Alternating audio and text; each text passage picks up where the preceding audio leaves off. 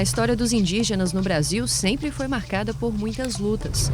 Desde a chegada dos portugueses por aqui em 1500, os povos originários do nosso país enfrentam várias dificuldades para manter vivas suas culturas e tradições. E a grande maioria dessas lutas teve e ainda tem como origem o preconceito e a falta de conhecimento de muitas pessoas sobre o modo indígena de se viver. Sem sombra de dúvida, isso é fruto, acho que, de uma política estrutural de racismo contra essas populações, né?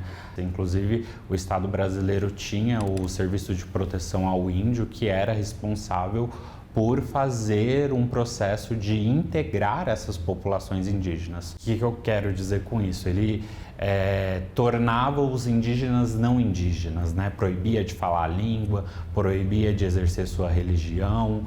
Então, sem sombra de dúvida, o reflexo, acho que a gente tem desse comportamento de racismo, de preconceito, de discriminação, que a gente ainda vive nos dias de hoje, é sem sombra de dúvida fruto dessas escolhas políticas do passado. Eu vejo que muitas pessoas não indígenas tem um estereótipo ainda do indígena do livro de história, ou do bom selvagem, ou do cabelo liso, do olho puxado, a pele avermelhada, ou coisa do tipo. Existem indígenas que têm esse estereótipo? Existem. Estereótipos fisicamente falando? Existem. Mas a gente está falando de um país, Brasil, território brasileiro, que tem 305 povos indígenas, né? Ao longo da história, vários dispositivos legais surgiram para tentar conter a disseminação do preconceito e do desrespeito aos direitos dos povos originários.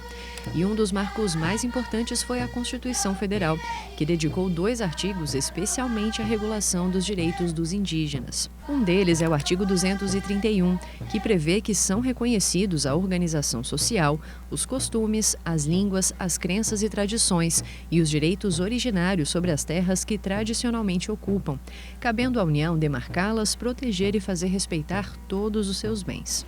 Traduziria assim: o direito deles é um direito coletivo, longe do direito individual que capitaneia as nossas atenções na vida não indígena.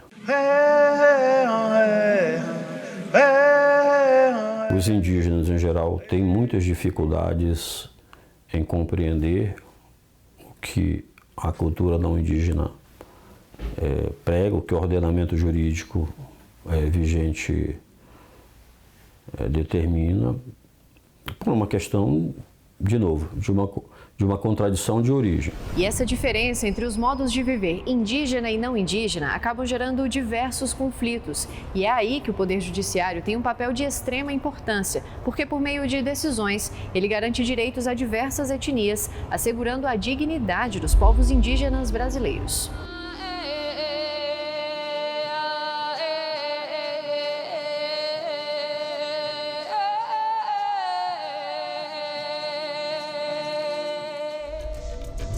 O Superior Tribunal de Justiça, por exemplo, tem diversos julgados que já asseguraram direitos relacionados à saúde, à competência do Ministério Público para atuar ativamente na proteção dos indígenas, a direito de família, de território e vários outros. Uma importante decisão da primeira turma do STJ foi a que definiu que a Justiça pode determinar ao Poder Executivo que adote medidas em favor dos indígenas em caso de demora injustificável do Estado, considerando a urgência da solução de conflitos relacionados a esses povos. O Judiciário tem um papel fundamental, né?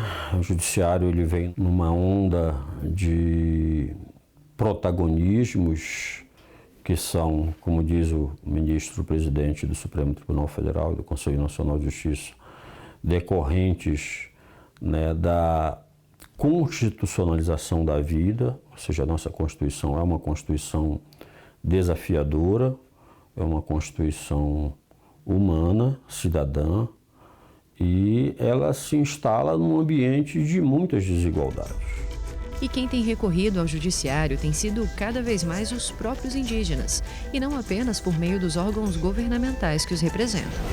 A gente tem assistido um processo bem interessante, acho que de luta e mobilização dos povos indígenas no nosso país. Eu mesmo estudei direito mas retornei para minha comunidade, retornei para o meu povo todo esse conhecimento jurídico que eu adquiri no ensino superior para disputar dentro do Poder Judiciário os direitos indígenas que estão cada vez mais em disputa dentro do Poder Judiciário. E é também uma forma de exercer o direito previsto no artigo 232 da Constituição Federal.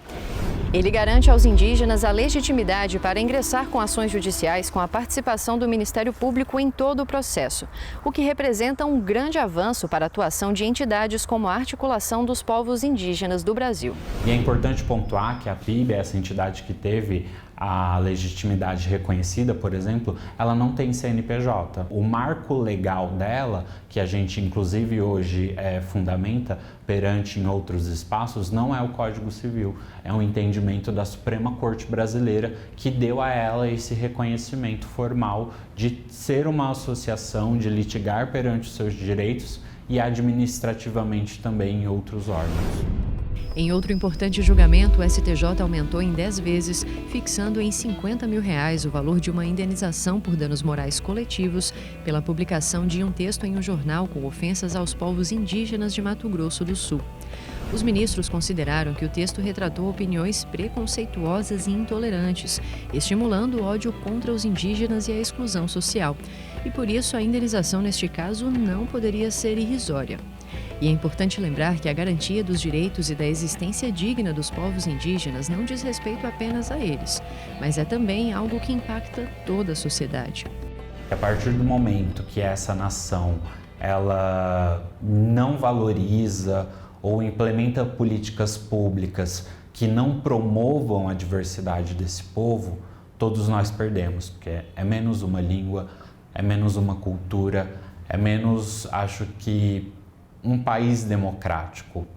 Dentro desse contexto de diversidade, o que a democracia deve garantir é a possibilidade de existência de todos. Envolve corpo, envolve saúde, envolve espiritualidade, envolve também aonde a gente anda, né? Porque onde eu tô, onde eu me coloco também é um território.